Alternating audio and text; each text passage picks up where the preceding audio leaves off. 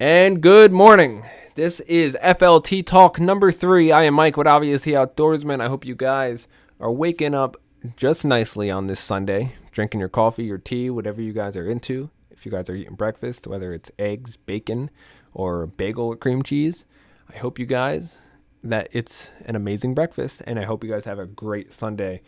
But today, if you guys have listened to the previous 2 FLT talks, you guys know that I like to start these talks with a current news article that pertains to the outdoors.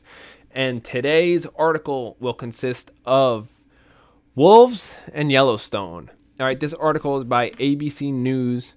This article is headlined, "Hunters Kill 20 Yellowstone Wolves That Roamed Out of the Park into Neighboring States."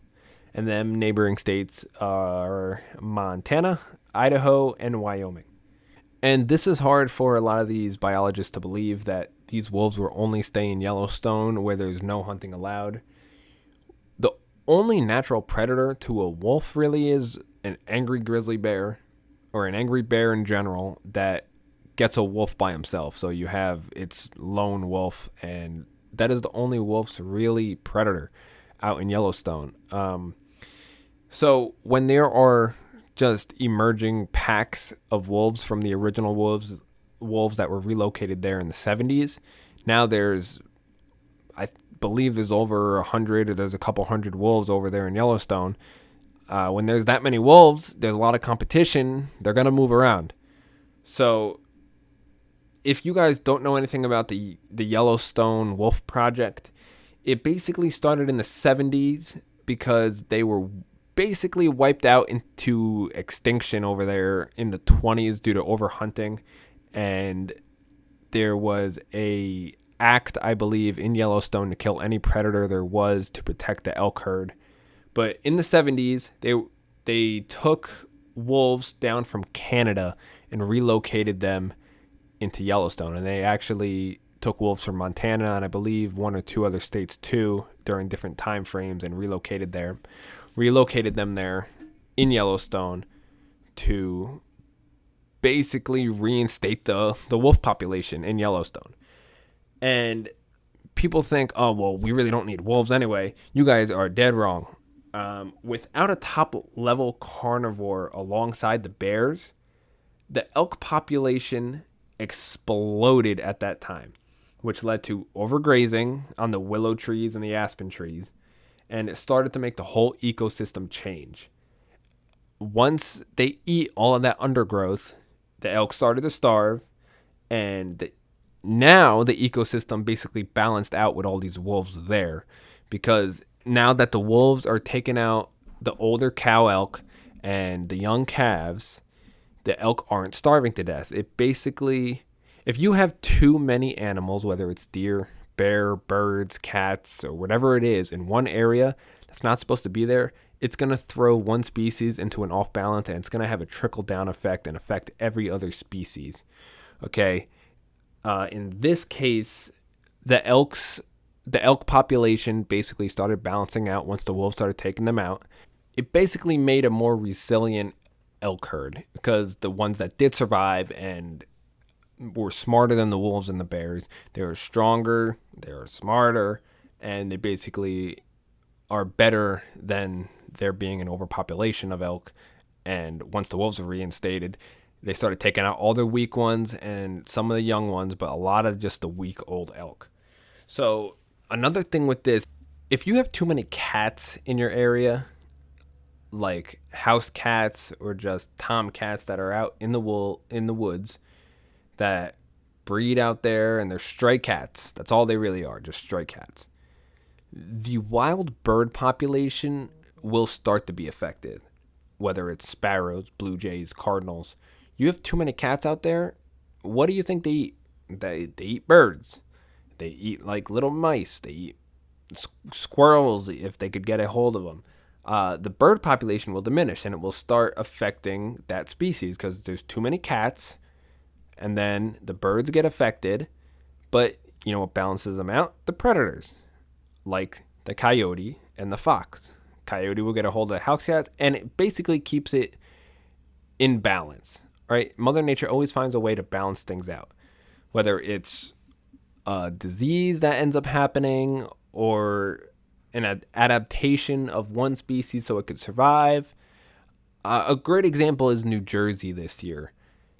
It was really affected by EHD, which is essentially blue tongue or CWD.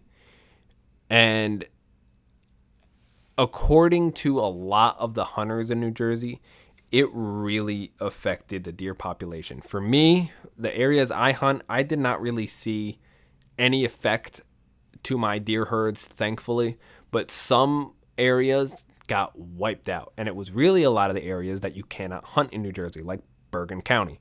You cannot hunt up there. So everywhere you go, I guarantee you the deer population for like 1 acre of woods, if you walk into any piece of woods in Bergen County, New Jersey, I guarantee you see at least 10 deer. And that is on the low end for Bergen County. Normally you walk anywhere and there's like 50 to 100 deer. If you take one like nighttime drive, let's say a half hour before dark, just around any wooded area or any field, you're going to see over 100 deer easily. So EHD, or epizootic hemorrhagic disease, is a disease to the white-tailed deer caused by an infection of a virus from basically a little midge. A midge will decimate a deer herd population. And states out west has taken a big beating with EHD in the past years too. But it's basically a midge that will make deer drown themselves. They would drink until they drown themselves. So they would just go to a creek, and for some reason their mind's just like, I gotta keep drinking, and they end up drowning. Or they go brain dead, and you see like zombie deer just standing in a parking lot, just dazed. They look dazed. They look like they were just hit over the head with a bat, and that's what EHD is. It does not affect humans, but it could wipe out a deer herd very, very quickly. So there was an overpopulation in Bergen County. And there's a couple different theories on why EHD might have hit New Jersey this year, but a big one is overpopulation of the deer. So Bergen County had way too many deer. EHD got in there, and it has thinned the herd out a lot, according to the people that I know up there. And even South Jersey, they were hammered by EHD. Because the winter is supposed to kill these midges, and it's supposed to like kind of put a hold on the deaths due to EHD to these deer.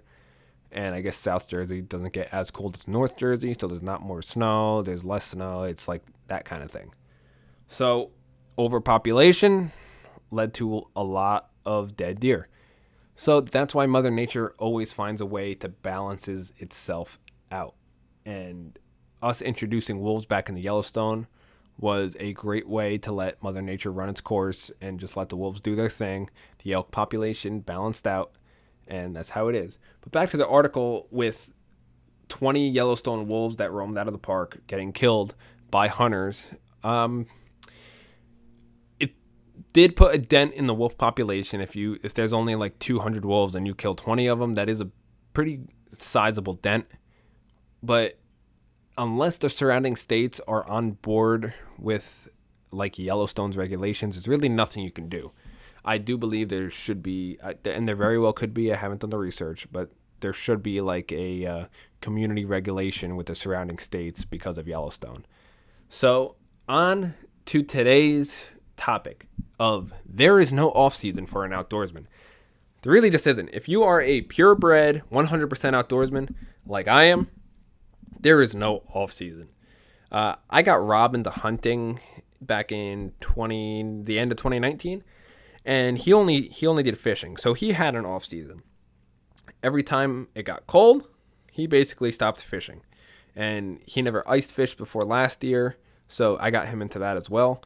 But basically, for like a hunter like me or an outdoorsman like me for New Jersey, if you started in January, it'd be winter bow, and it'd be shed season, it'd be ice fishing, it'd be all of that, and that lasts up until like the ice out. And once ice is out, every fish starts biting their brains out. All right. Once first ice out, the pike fishing, the trout fishing is incredible from land. They're all close to shore. And then you hit like around, let's say, late March into April, maybe depending on the temperature, it could be a crappie bite. The crappie spawn might turn on, but you start getting into March, April. It's turkey season. So around turkey season, you're fishing for trout. The bass start going into pre-spawn, into the spawn. And then all summer, you have basically any species of fish that you want to fish for out there, whether it's perch, crappie, pickerel, pike, carp, trout, whatever it is, they're biting their heads off during the summer. So from there, you start getting back into the fall. You start prepping for deer season, and you start getting into the fall bite with bass and any other fish with the fall run. They're feeding up for the winter. And then once opening day starts with hunting, you're hunting from September through February again. And once it starts getting cold, it starts going into ice fishing again. And it's just a never-ending cycle of hunting and fishing because there's never an off season.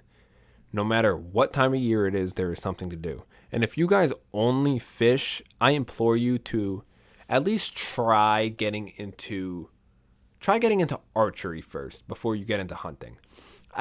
Once it gets like dark out, like if you buy a bow and you're shooting throughout the day, try reading up on hunting and see if it's something that interests you. Now, you really won't know if hunting is your thing until you try it, or you go with someone and they harvest an animal and then you see how you feel about it. But you should definitely try getting into archery. Even if you have no reason to get into hunting, you're against hunting or whatever it is, try getting into archery because it is a skill just like how martial arts is. If you master that skill or get really good at that skill, it's a very good stress reliever. Okay, if it gives you something to do, it doesn't hurt anything if you're against hunting. And if you're for hunting and you really do want to try it, buy a bow and start practicing. That way, once the season rolls around, you have all summer and all spring to practice with your bow and arrow to get good enough to try harvesting an animal with that weapon once fall comes around. And it's pretty easy to get your license. You just start doing it online. You take the online course depending what state you're in, and you take your field day, and then you just basically prove that you could handle a firearm safely and effectively. That way you have to place 3 out of 5 arrows into something like a 10-inch circle at 20 or 25 yards, depending what it is. And it is a great thing to learn. It's a hobby to start with, and then hopefully it turns into a passion for you. I know Joe Rogan talks about it all the time. He was on the verge of either becoming vegan or trying to get his own meat. And once he went out hunting with Steven Rinella, he was like, I was going to do this for the rest of my life. Once he harvested his first animal and he was around people that hunted and they taught him the right way to hunt, because you could definitely be taught the wrong way to hunt and how not to do it. So thankfully he was taught the right way. And it will hook you better than any other drug there is. All right, hunting and fishing consume my mind 24/7, and it's almost unhealthy. But it's definitely a great thing to keep your mind on. There's always something to do. You will never be bored. You really don't get depressed because you're always doing something. And no matter what it is, you get a bow and arrow, you start practicing, you get your license, you harvest your first animal, and then it's a trickle down effect. And if you are a person that's just coming across this podcast and you really aren't an outdoorsman, maybe you just hike and you haven't tried fishing or hunting yet, man, are you missing out. There is an absolute connection that you obtain once you start fishing and hunting the right way, that you're like connected to the wildlife. Go out. I implore you to go out and start with fishing, because if you could handle fishing and you catch a fish and you're able to keep it and eat it and enjoy the meal, and you know where your food came from and it was tasty and delicious, once you get to that point, then I would say try getting into hunting. But if you have an interest in archery before that, buy a bow, get some arrows, and just start slinging arrows and see how you like it. There's just something about being a marksman and saying, I want to hit that golf ball sized circle at 30 yards away, and being able to do it, that is just so fulfilling.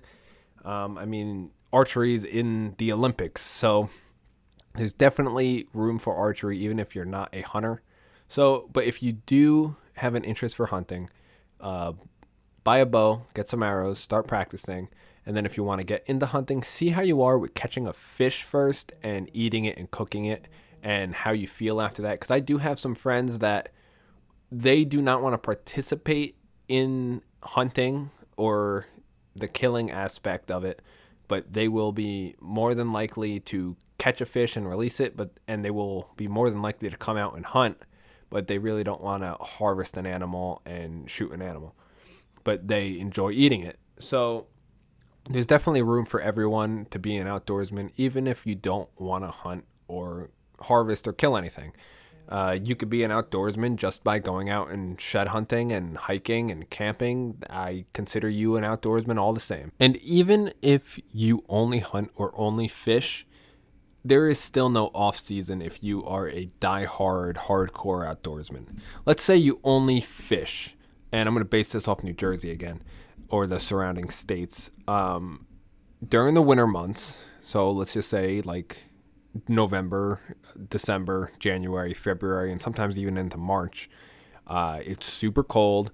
And then during portions of the months, there will be hard ice if it's a colder year, and you can go out. The trout will move closer to shore. You can get out and get over a bunch of different species through the ice, whether it's trout, bass, pike, muskie, walleye, no matter what it is. There is always an option to catch them through the ice. And then from there, it starts turning into the spring transition from hard ice and colder months to warmer weather. And then it starts turning into all the spawning fish, whether it's crappie, bass, the trout start getting more active, walleye. Everything starts schooling up and the bite is insane. Then it goes into the summer and the fall and on and on and on and on. There's always something to be caught, and there's always, even if you don't fish one day, you sit there and you organize your tackle box, or you change the line on your reels, or you clean everything, you get everything ready, or basically just getting ready for the next adventure that you're about to go on. There shouldn't be no off season if you are diehard passionate about this sport as well. If you are a hunter, again, I already went over this, but if you are willing to travel across the country or even across the world to hunt, there is never an off season, even more, because you could start in Jersey, start hunting pheasant, deer, bear, squirrel, coyote, turkey, whatever it is. You can hunt a lot of it in New Jersey or close to it. And then if you want to go out to Colorado, shoot an elk, you can go. If you want to go shoot a muskox, if you have the money, you could go anywhere. But if you are limited to one state, you don't have a lot of money, there is plenty of options and plenty of animals that are available to hunt in your certain state. Like I'm down in Florida right now.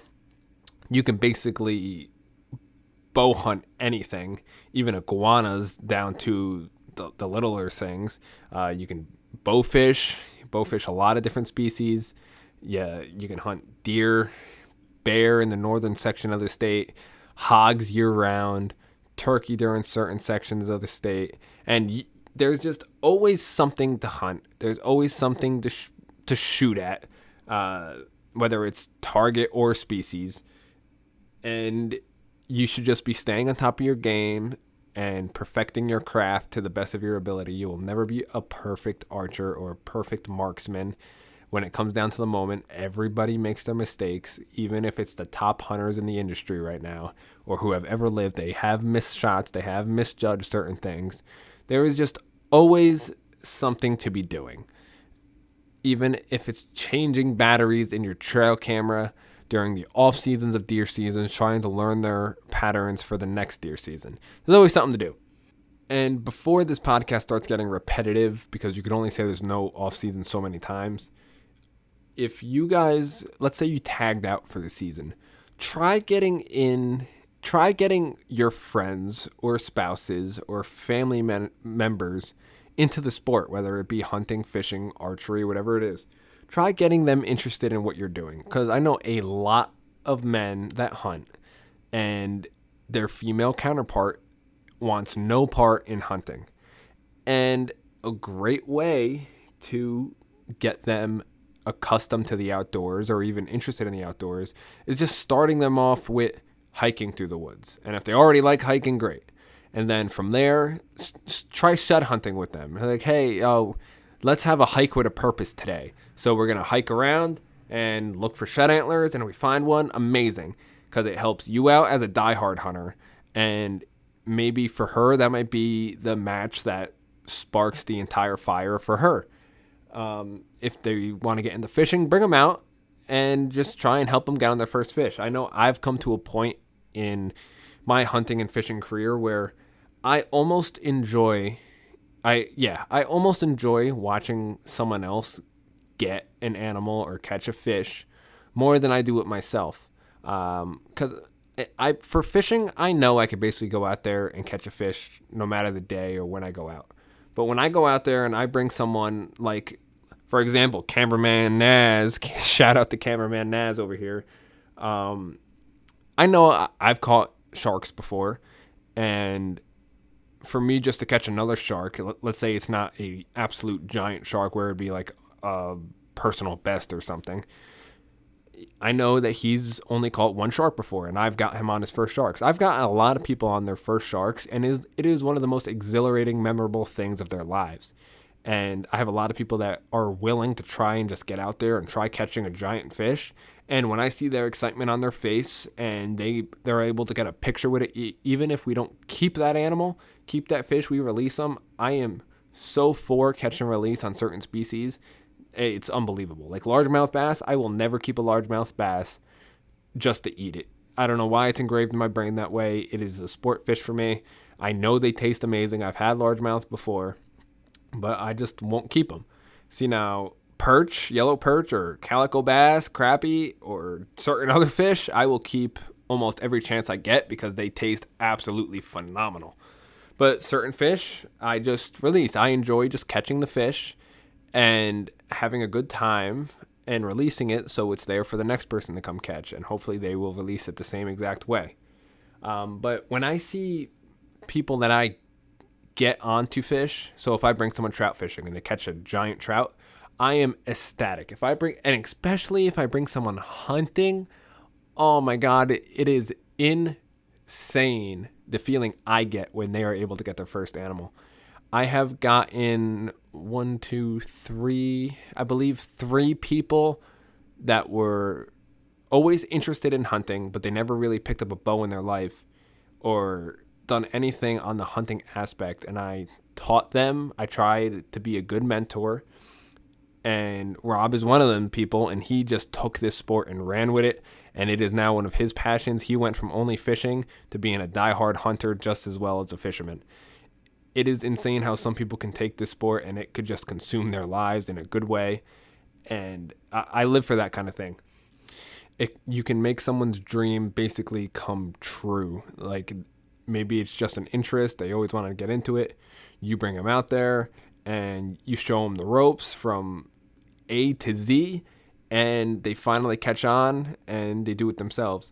Like my good buddy Tyler Murdoch, he never really got into hunting. I knew him since I was a kid, and his father always got him into fishing. He was a big fisherman, and my father got me into fishing and hunting. So I was a big hunter.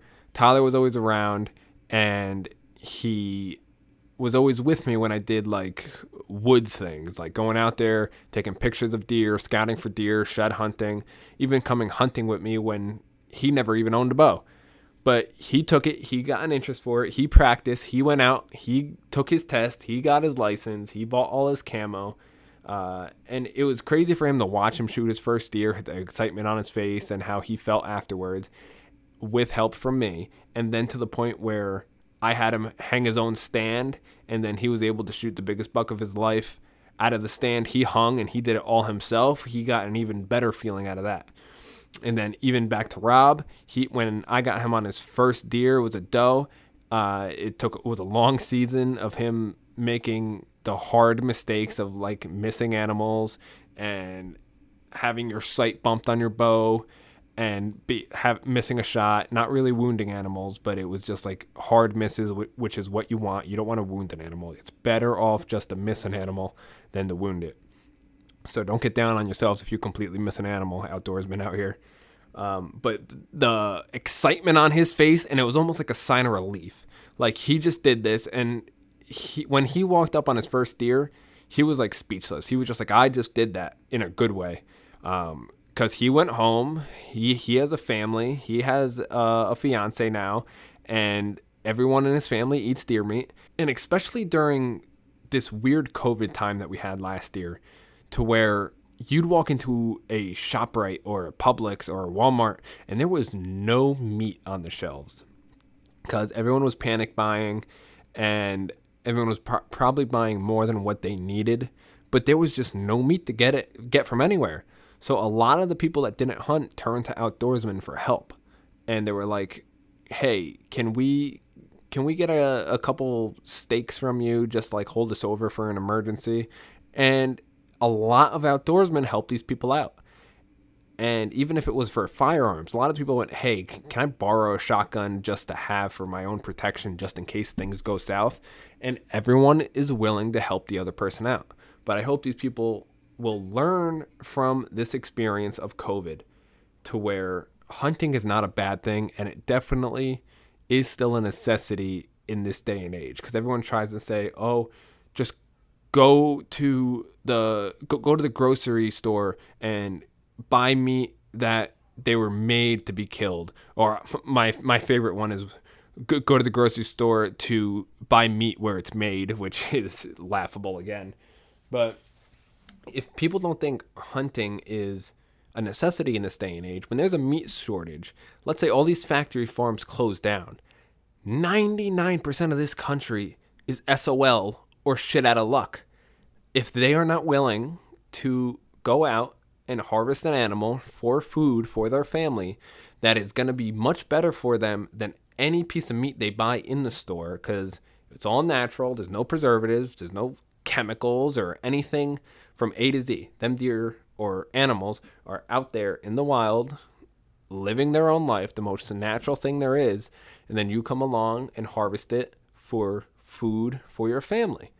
It is one of the best things you could have, because during the COVID time, the people that hunted that still had a freezer full of meat, they basically just sat down and kicked their feet up, and they were comfortable. They didn't have to worry one bit. In that time frame too, I know a couple of people that their freezers went out while having all that meat in there, and a lot of the meat went bad, and then they really started to panic. And when there's no meat on the shelves and your freezer goes bad, that is a feeling that I do not want to experience. But a lot of people don't understand the amount of meat you will get off of one single deer.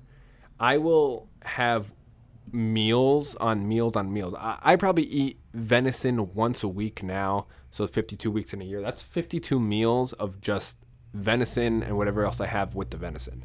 But if you have multiple deer in your freezer, or if you get a deer, you get an elk, and you fish, and you go pheasant hunting, your freezer is packed with a variety of different meats, so you don't have to keep eating the same thing every day. You can easily have fish on Monday, you could have venison on Tuesday, you could have pheasant on Wednesday, and you could have elk on Thursday, you could have more fish, and there's just so many options that is good for you, and it's so much better for you than anything you buy in the store. It saves you money in the long run if you're keeping fish on a regular basis and you're keeping your limit. And it's just a smart thing to get into, especially if you're worrying about your health and not even like another COVID roar. If you just want to know where your food came from, gardening and growing your own food for like vegetables and plants, and hunting, knowing how you treat your meat is how you're going to eat it. So if you are very clean with your meat and you process it very well and you freezer wrap it so there's no air in it, and that meat stays good for a year or a year and a half or 2 years, depending on how you prepare it and store it away. Even if you smoke it, it's good for a long time. You can have a surplus of meat and still help out your neighbors or family members that need meat. So I can shoot one deer, and I know one deer is going to last me probably about a year. But if I have a good season and I shoot between 5 and 10 deer, I could eat venison 3 times a week because I do love the taste of venison. I could eat venison 3 times a week. I won't run out of meat, and I'll actually have a surplus to where I can give to my fellow friends, my fellow family members, and then maybe they'll have a sense of security that they're going to have extra meat in their freezer because of me. You can always help someone else out by having a little bit more fish, a little bit more venison, or just game meat in general. Game meat could be an absolute game changer when it comes to scares like this. So even just learning archery in a good time of year like now with the COVID dying out and the COVID news dying out in some aspect. I'm sick of hearing about COVID, just about probably all you are as well. But if you just learn archery now, and then let's say there's a COVID scare again and the meat shelves empty out again, you can go get your license and then go out and harvest an animal the right way and butcher it and throw it in your freezer, so you will just have a surplus and a security measure that is unlike any other. Because you could have a ton of money, but if there's no meat to use that money on, you're sunk the same way as if there were meat on the shelves and you had no money and you were starving. You're starving the same way with or without money if there's a COVID roar up like that again and there's a meat shortage or a food shortage in general. Hunting and game meat and fishing with fish, that is the only true security that you could have. A freezer and cabinet full of food and a refrigerator full of food and drinks and water is the only real way of security that you can have versus having a lot of money with nothing to spend it on. So that is about it, guys. We're coming up around a half hour, I believe, and I'm going to wrap this up. I'm going to go and hit the gym. Today is back and biceps. A great day, and I got to go to work after that. So you guys, whether you're hunting, fishing, just hanging out, doing yard work, whatever it is, shoveling snow. I know Jersey just got like 6 inches of snow. So you guys be safe out there and get out, catch a big fish, harvest a big old buck or whatever you're hunting. And I am Mike with Obviously Outdoorsman. Thanks you guys for listening. Tune in to tomorrow's FLT Talk. I am Mike. Peace.